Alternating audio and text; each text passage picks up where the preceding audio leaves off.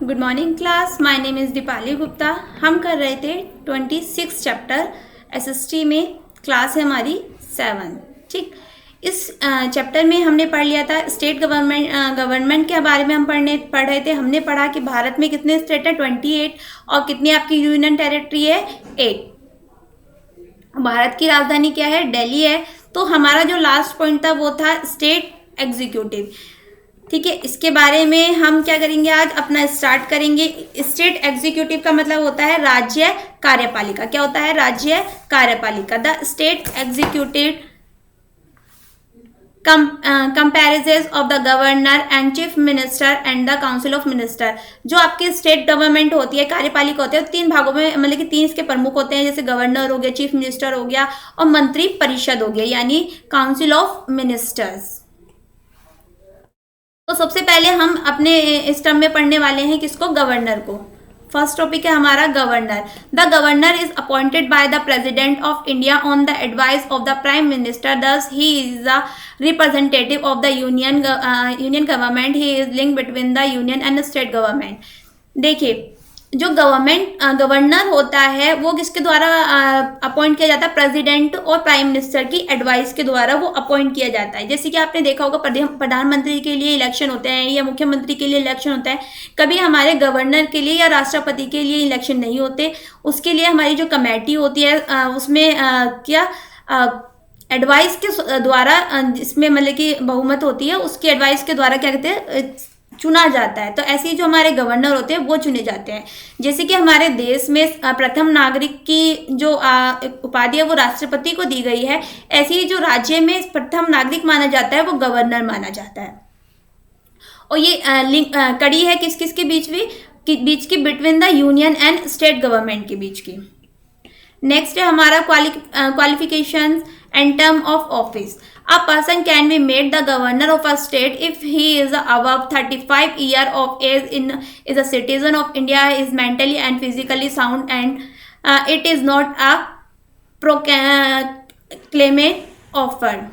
यानी कोई भी व्यक्ति गवर्नर बन सकता है अगर उसकी एज कितनी हो, 35 ईयर्स हो, भारत का नागरिक होना चाहिए और मेंटली और फिजिकली क्या होना चाहिए, वो स्वस्थ होना चाहिए और उसका कोई क्रिमिनल रिकॉर्ड भी नहीं होना चाहिए। Generally the governor is not a resident of the state of which is appointed and he is cornered. State government is consulted before his appointment। A governor is appointed for a period of 5 years, but he can be removed before the expire of this period if the president so please। He can also transfer from one state to another is middle of his term। देखिए, generally क्या होता है, जो government होता है, जैसे कोई UP का रहने वाला है तो वो यूपी का गवर्नर नहीं बनेगा, ये दूसरे स्टेट में बनाए जाते हैं। एक गवर्नर जो आपका पद है उसको ऐसे नहीं कि उसे एक राज्य ही मिलेगा, हो सकता है कभी कभी उस पर अतिरिक्त भार भी आ जाता है, यानी दो राज्यों का भी उसको भार मिल सकता है। जैसे आपने देखा होगा जो इस समय यूपी की गवर्नर है वो कौन है? आनंदीबेन पटेल। कुछ समय पहले इनको महाराष्ट्र का भी कार्यभार दिया गया था, लेकिन अब जो महाराष्ट्र के गवर्नर है वो नए नियुक्त कर दिए गए हैं, लेकिन कभी कभी गवर्नर को एक्स्ट्रा भी, मतलब कि दूसरा राज्य भी दिया जा सकता है। और इनका कार्यकाल कितना होता है? 5 ईयर का इनका कार्यकाल होता है। और ऐसा नहीं है कि अपने कार्यकाल के बाद ही हटेंगे। अगर प्रधानमंत्री या मुख्यमंत्री चाहें, मतलब कि राष्ट्रपति चाहें, तो उनको पहले भी उनके काम अगर सही नहीं है तो उनको हटा सकते हैं या उनका ट्रांसफर कर सकते हैं।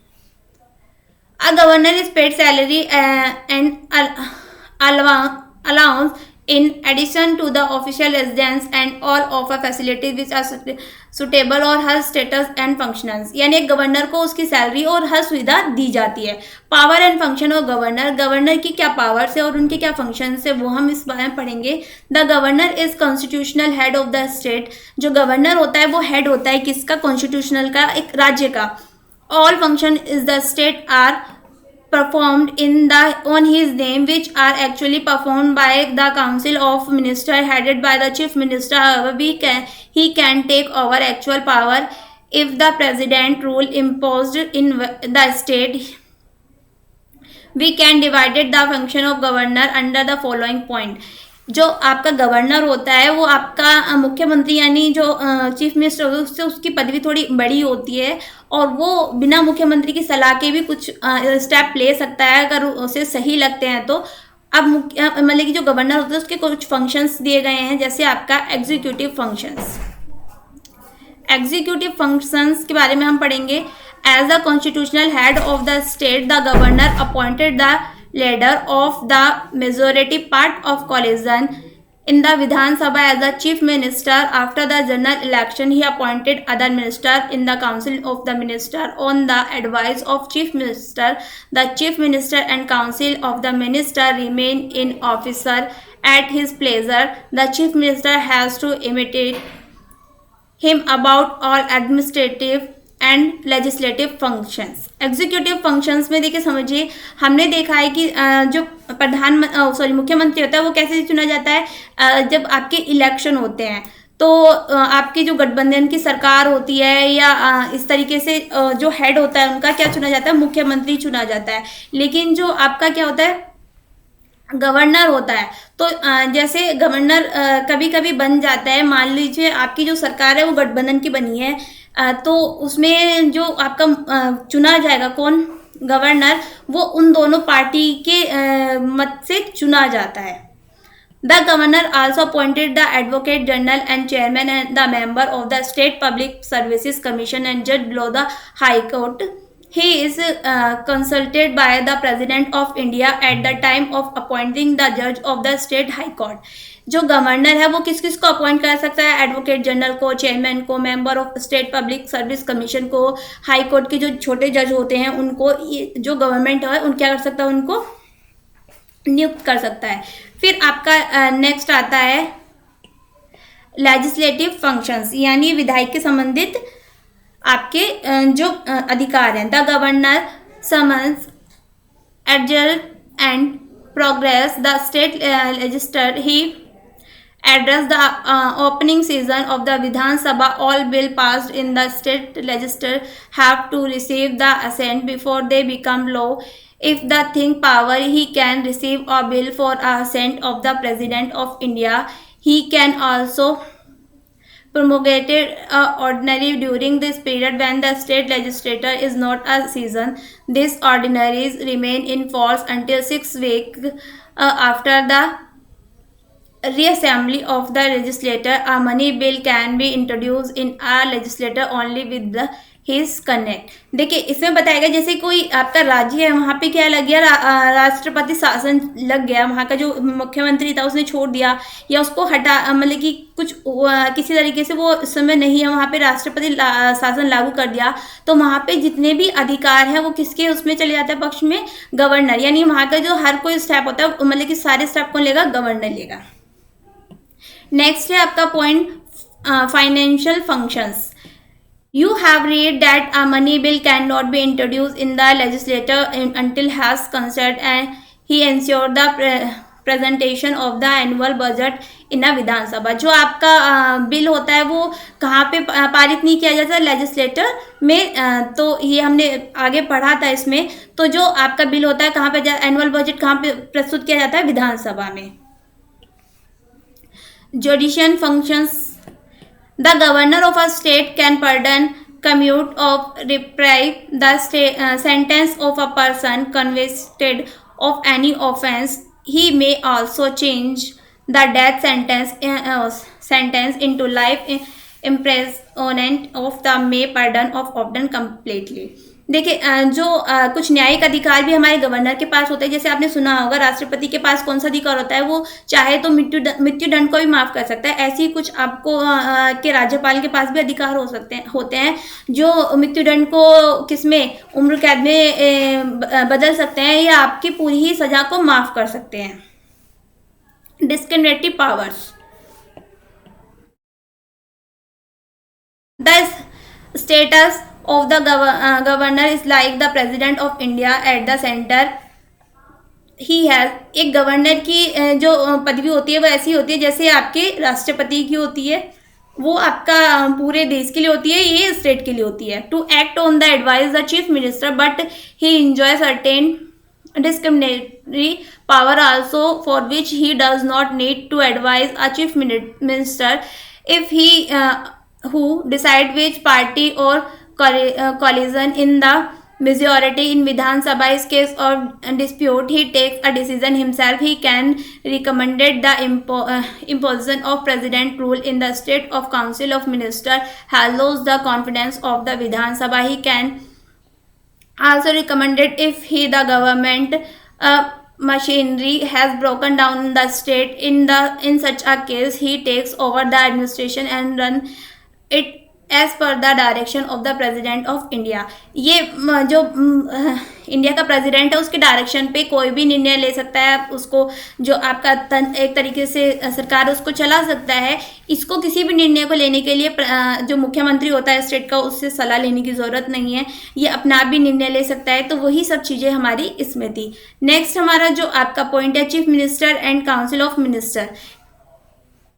After general election, the leader of a majority party in the Vidhan Sabha is appointed the chief minister by the governor and invented for the government. जैसे आपको प्रधानमंत्री की शपथ राष्ट्रपति दिलाते हैं, ऐसे ही जो आपके चीफ मिनिस्टर होते हैं उनकी जो शपथ होती है वो गवर्नर दिलाते हैं. तो उसमें बताया गया है कि इलेक्शन के बाद जब आपका कोई लीडर क्या बनता है, मुख्यमंत्री बनता है, तो उसको जो शपथ होती है वो किसके द्वारा दिलाई जाती है, गवर्नर के द्वारा.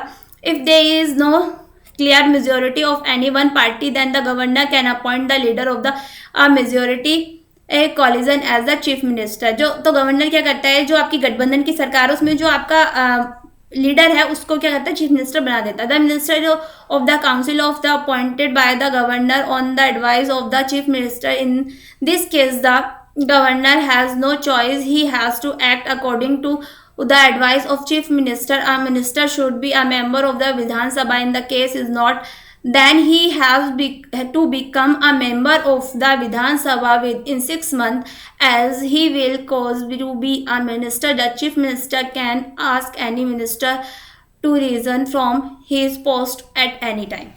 इसमें बताया गया है जब कोई चीफ मिनिस्टर बनाया जाता है तो वो क्या होना चाहिए, विधानसभा का सदस्य होना चाहिए. अगर वो विधानसभा का सदस्य नहीं है तो उसे 6 महीने के अंदर क्या करनी पड़ेगी, विधानसभा को ज्वाइन करना पड़ेगा. अगर वो ऐसा नहीं करता है और उससे मुख्यमंत्री बना दिया गया है तो उसे क्या करना पड़ेगा, रिजाइन देना पड़ेगा. जैसे कि एक मुख्यमंत्री के लिए ज़रूरत होती है वो जिस सीट से लड़ रहा है वो उसको मतलब कि उस पर जीतना चाहिए. There are 3 types of ministry in the council, that cabinet ministry, the ministry of state and deputy ministry. Ministry को 3 लेवल में बांटा गया है. कैबिनेट मिनिस्ट्री आपके जो स्टेट के मिनिस्टर होते हैं और deputy minister. The cabinet minister are important ministers and together for a cabinet, other minister assist them in their duties. The council of minister, head of the chief minister, is collectively responsible to the Vidhan Sabha. The chief minister is real executive thought. All function are performed in the name of the governor. यानी जो chief minister होता है वो main होता है और जो सारे जो फंक्शन होता है वो उनको परफॉर्म करता है. The council of minister act as a single term in a bill introduced by is not passed. The Council of Ministers has to reason. Similar is the case of no confidence motion in the passed by the Vidhan Sabha. If the chief minister reason, it is considered to resignation of the enter council of minister. जो आपके council Vidhan Parishad का काम होता है मतलब कि बिलों को पारित कराना और उसके संदर्भ में चीफ मिनिस्टर को बताना कि पारित हुआ या नहीं हुआ, क्या इसकी वजह. सारी रिपोर्ट किसको देते हैं, चीफ मिनिस्टर को. State administration. The chief minister look after the administration of the state thought the state secretaries, the senior most officer of the state secretary is the chief secretary, who is assisted by the large number of officers. Different minister looks after different ministers which have a number of officers headed by the secretaries. यानी जो chief minister होता है वो क्या करता है, पूरे state के कार्य को देखता है और जो मुख्य इसमें जो सचिव होते हैं, सेक्रेटरी मतलब कि जो सचिव होते हैं, मुख्य सचिव अधिकारी जो होते हैं जिनका सहयोग बहुत अधिकारी मतलब कि करते हैं. एक सिस्टम होता है मुख्य जो आपके सचिव होते हैं उनका सहयोग दूसरे सचिव करते हैं. तो ये एक सिस्टम आपका चलता है. स्टेट जुडिशरी यानी न्यायालय जो आपका है, Normally, each state has a high court, but some of them work for two or more state. This is the highest court of the law in the state. It is constituted of a chief justice and other justices. The chief justice are appointed by the president of India, and he determines a number of judges. In a high court, a person can be appointed as a judge if he is a citizen of India and he has held a judicial office for as last 10 years of has been an advocate of one or more high court in succession for a minimum period of 10 years. Also, he should be an eminent jurist in the opinion of the president of India. देखिए इसमें state जज के बारे में मतलब कि जजिशन के बारे में बताया गया है। जो हाई कोर्ट का जज होता है वो क्या एक हर स्टेट में एक क्या होता है आपका हाई कोर्ट होता है। हाई कोर्ट एक से ज़्यादा स्टेट का भी काम कर सकता है, मतलब कि अगर किसी स्टेट में नहीं है तो वहाँ पे भी उसका काम वही माना जाएगा। और इसका जो आपका क्या होता है मुख्य न्यायाधीश बनता है वो आपका 10 साल तक क्या हो किसी भी कोर्ट में काम कर चुका हो, तो उसको जो आपका राष्ट्रपति होता है वो क्या करता है हाई कोर्ट का जज नियुक्त करता है। तो यहाँ पे ये हमारा पार्ट 2 खत्म होता है। इसके आगे का हम पार्ट 3 में करेंगे। आज के लिए इतना ही। Thank you.